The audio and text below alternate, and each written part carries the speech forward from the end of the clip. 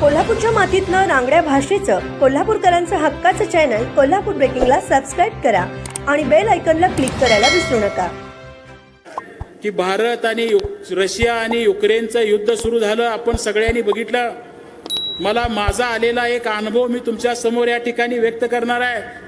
आणि हे युद्ध सुरू झाल्यानंतर माझ्या वारणानगरच्या शेजारी पोखले नावाचं गाव आहे आणि त्या पोखले गावातल्या एक मुलगी सातारा जिल्ह्यामध्ये दिलेली आहे आणि त्या मुलगीची मुलगी खरं तर मेडिकल शिक्षणासाठी युक्रेनमध्ये त्या काळात गेली होती।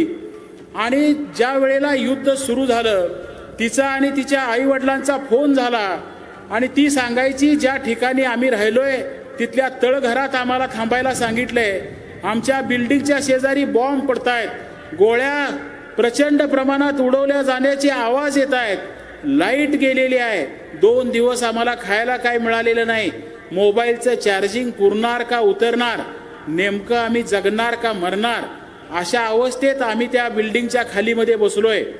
मला सांगा, तुमच्या आणि माझ्या घरातली जर एखादी मुलगी अशी परदेशामध्ये अडकली असेल आणि त्या देशात जर अशी युद्धजन्य परिस्थिती झाली असेल, तुमच्या आणि माझ्या मनावर किती मोठं प्रेशर असेल। आणि त्यावेळेला ते कुटुंब माझ्याकडे आलं आणि मला सांगितलं की काहीही करा, तुमचे आणि गडकरी साहेबांचे संबंध आहेत, तुमचे देवेंद्रजींचे संबंध आहेत, माझ्या मुलीला कसं वाचवता येईल, तिला पुनर्जन्म देता येईल यासाठी तुम्ही प्रयत्न करा म्हणून त्यांनी सांगितलं। मला सांगितलं पाहिजे, मला दिल्लीच्या राजकारणातलं दिल्लीच्या कामकाजाची एवढी माहिती नव्हती आणि मी प्रामुख्यानं दिल्लीमधल्या काही सहकाऱ्यांना फोन करून सांगायचा प्रयत्न केला की असा असा प्रकार माझ्या मतदारसंघातल्या एका मुलीच्या बाबतीत घडतोय। त्यांनी लगेच तिचं नाव, तिचा मोबाईल नंबर, ती युक्रेनमध्ये असलेल्या ठिकाणाचा पत्ता विचारला।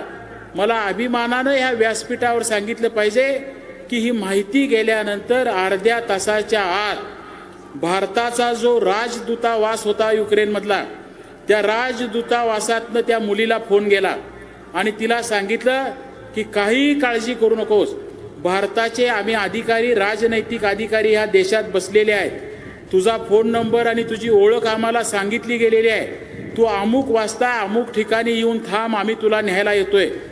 आणि खरोखर तासा दीड तासानं एक ठिकाणी ती गाडी आली, तिला न्यायासाठी म्हणून अनेक मुलांना ती गाडी घेऊन पुढे निघाली होती, तिलाही त्या गाडीत घेतलं गेलं आणि त्या गाडीला भारताचा झेंडा लावला होता।